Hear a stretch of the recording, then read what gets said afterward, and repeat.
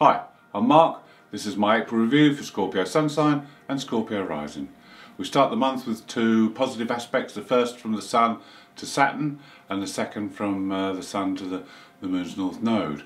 The aspect of Saturn's in your 4th house, so it's a good time to organise around the home, get things sorted. The other area, the Sun, is in the 6th, is around your daily work routines, get those organised as well. It's also a good time to get noticed and work well with authority figures, and maybe even take some leadership yourself. The other aspect of the North Node means that you can be in the right place at the right time. It's in the 8th house, which is the Scorpio house, so it's a node that can bring extra perception.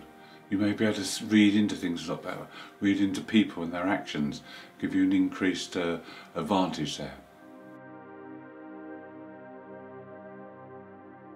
On the 2nd, you want to get to the truth of matters. Now, Scorpio's like playing detective, and this is an ideal day to delve deep into things, find out the truth, especially where communications are concerned, because Pluto's in that 3rd house. Pluto, Mercury and the 3rd house could be associated with propaganda. So don't take everything for granted that you hear or read today. Delve in deeper and find out what the truth is. Then, on the next day, we have an aspect between Saturn and the North Node, which corresponds with those two aspects that the Sun made.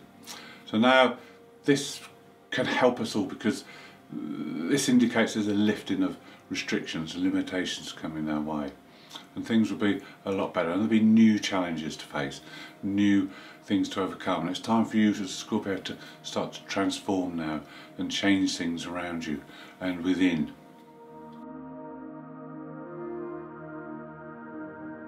On the 5th, we have an aspect between Venus and Mars, which indicates, because Venus is in your 6th house, that you want to make your daily routines, your surroundings, daily surroundings, a much more pleasant place to be. This is also good for relationships, and it could be a friendship or relationship developed from a work situation. On the 6th, we have the Sun also in the 6th house, conjunct in Ceres. The Ceres is a planetoid between Mars and Jupiter, and is related to nurturing. So there's also a feel of nurturing in your daily workplace, or where you spend your day. You know, this feeling that you either want to be nurtured, or you feel like nurturing other people in the maybe the work situation.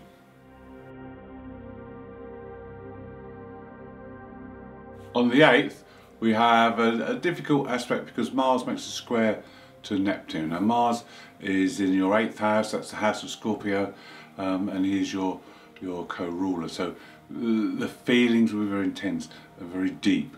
Neptune puts confusion and fog around things, so you may have some doubts. You may have doubts thinking, oh, am I doing the right thing?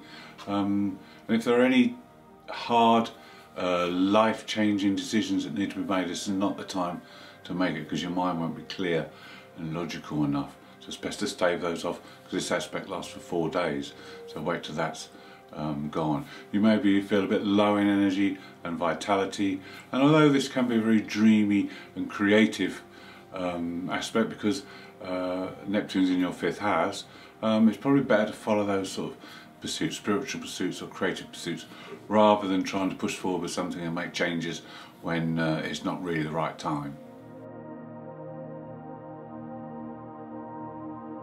On the 9th, Mercury's very active, and also on the 10th. He makes several aspects. The first on the 9th is to Chiron. So this will give you the vision to be able to see where you need to make changes. Anything that's out of balance in your daily life, you'll be able to see this very clearly. And then on the 10th, Saturn makes an aspect to Mercury, and then you'll be able to put the changes into place. Use Saturn to organise things, get things going. There'll also be a message on the 10th. Because Mercury aspects the North Node, there will be a clear message of what you need to do and why you need to do it to move forward. Then also on the 10th, Venus makes a positive aspect to Jupiter. Now, Venus in your 6th house is very good for forming new friendships at work and in your daily life. And also Venus and Jupiter is very fortuitous for finances, so there could be money coming in around the home area. Jupiter's in that 4th house. On the 11th, just as that difficult aspect that we spoke about to Mars from Neptune is phasing away, a great one comes in. Sun makes a positive aspect to Mars, and this is very beneficial because these two work very, very well together. The Sun in your 6th house touching Mars will mean that your health will be brilliant. You'll have energy, high energy to put into your work and to achieve. So this is great, and this lasts for 6 days. Just a little note to be careful of: on the 11th, Venus also makes a square to Pluto. So just be careful not to be too over assertive and over forceful at work, because Venus-Pluto can mean a power struggle or something that's a little bit challenging for you to deal with. Squares are challenges, and with Venus also in the 6th house, there could be a power struggle in the work area. On the 12th, we have a new moon. This new moon is in your 6th house, so you can see there's a heavy concentration of energy around the 6th house this month. The new moon's in Aries. This is about initiation.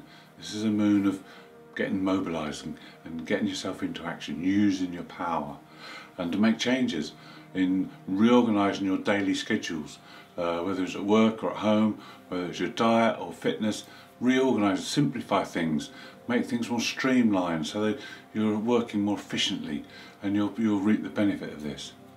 Then on the 14th, there's another very good aspect. The Sun makes a sextile to Jupiter. Now this is good for just about any area. This is fantastic. This can again mean a boost in finances, can be opportunities at work, there can be anything. It's very good for business and commerce. This is a fantastic aspect, and this lasts several days, so you'll be able to tap into this nicely. There's more good news on the 15th. Venus moves into Taurus, where she's the ruler, and this is your 7th house, so this will favour well for you in all kinds of relationships. Then on that day as well, Mars makes a good aspect to Jupiter, following on from the Sun. So you've got another 6 days where energy will be high. This is great for transformation. Mars is your co-ruler in your house, the 8th house. This is time to really get on, put your plan for change into action. Also, this is very beneficial with Jupiter there around the home area, so it's a good time to do any projects in and around the home. And this again lasts for 6 days, so tap into that positive energy. On the 16th though, there's one day when you need to be a little bit careful, just like before when Venus made a square to Pluto, the Sun makes a square to Pluto. This could be a challenge, this could be a test, this could be something you have to overcome, and it's usually linked with some kind of power issue. The other thing this aspect is good for those purging, getting rid of stuff. So it's a good day to have a clear out as well and get rid of anything that is no longer useful. On the 17th, it's a really busy day because Mercury plugs into that aspect we were just talking about, and aspects both Mars and Jupiter. So this adds a mercurial feel to the day. There's lots of talking, discussions, there's lots of thoughts bouncing around, so this can help to get things moving in the right direction. Then on the 18th, it's not so good because Mercury, although he makes an aspect to the Sun, which is great, they are both at 29 degrees of Aries, and the planet at 29 degrees is greatly weakened and doesn't function as normal. They just want to get into the next sign. So it's a day when things will be a little bit more low-key, and don't push things on that day, just relax back a bit. So on the 20th, the Sun and Mercury move into Taurus and your 7th house. This puts an emphasis on relationships. Venus, who's already in the 7th house, will make an aspect to Uranus, a conjunction, and this will be the first of 3 because Mercury and the Sun will also conjunct. So some of you, because this is your opposite sign, may find this as an opposition and may encounter some difficulties. But it is generally, when Venus conjunct Uranus, an exciting time. It's good to bring new people into your life, people that can benefit and help you. The only downside comes when you're on the wrong track. If you're on the wrong track, events could happen that force you to change. If you've made changes in the past and you're on track, this can be a very exciting day. Then on the 24th, Mercury makes the conjunction. This time your mind will be buzzing, full of excitement. It's like it's wired up, it's on an electric charge, and it's sometimes difficult to sleep because your mind's buzzing so much, and sometimes difficult to concentrate. So it's good to try new things. There'll be new ideas coming through, but just be careful if you're driving or operating machinery. Also on the 24th, Chiron, the healing planet, makes aspects to the moon's nodes. Chiron will affect and activate both ends of the nodes, and these are across your financial houses. So collectively, Chiron will bring issues up that we need to deal with, we need to look at, and this is due to the pandemic over the last year. There's been a lot that's happened, and now we have to look at that and heal some of the wounds that have been created. There's been a lot going on. We've had a lot of restrictions and limitations, so now these are starting to lift. We have to start looking at how we move forward. Also, on a personal level, we've had personal wounds to deal with. There could be wounds for you to do with finances because it's in the 2nd and 8th house. It could be your finances, it could be shared finances, but there could have been a wound there that you need to start to accept and to heal so that you can move on. On the 25th, we have Venus and Mercury coming together. Normally this is a great day, but unfortunately they both make a square to Saturn, and with Saturn there's more responsibility and duty and more of a gloomy feel put on this day, so not as good as we would normally hope. Then on the 27th there's a full moon, and this full moon is exciting. It's in Scorpio, your sign. So those of you born between the 25th of October and the 4th of November, or have a rising sign between 2 and 12, will be affected very acutely by this full moon. And the Scorpio full moon is about truth and transformation. This is a time when you can look at things in a hard light and then make the necessary changes. Changes can be made to your personality, the way you behave, the way you react to people, the way you present yourself, or even physically. You could have a new look, a new hairstyle, new clothes. There's some kind of changes and transformation that will be going on. Also, you need to put your needs first.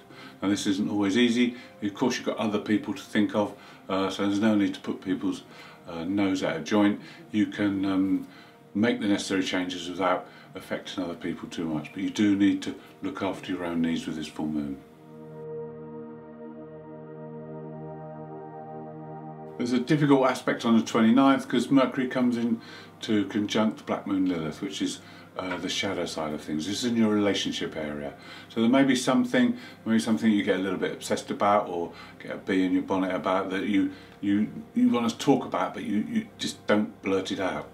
Under this influence, sometimes you can speak before you think. So if you take it calmly, think about what you're going to say first and present it in a good manner, then you will be fine. Then on the 30th we have the third and final conjunction to Uranus, and this one's from the Sun. Now if you're looking for some excitement, this is the day to get it, because unexpected events can happen. You can try new things. It's great for relationships because it's in your 7th house. You could meet new people. So this is a fantastic day to spend with either a partner or with friends.